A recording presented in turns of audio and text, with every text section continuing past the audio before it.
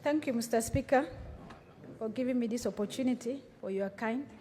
Mr. Speaker, I don't know if this question was asked by my colleague from Northern Kenya, but I want to hear from the CS. And during Elnino, Mandera, the road which connects to Mandera was washed away.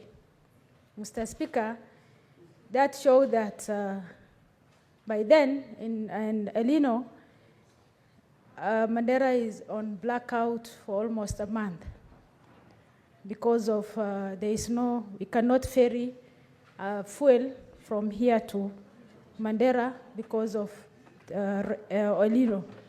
My question is to the CS, why are we still using generator?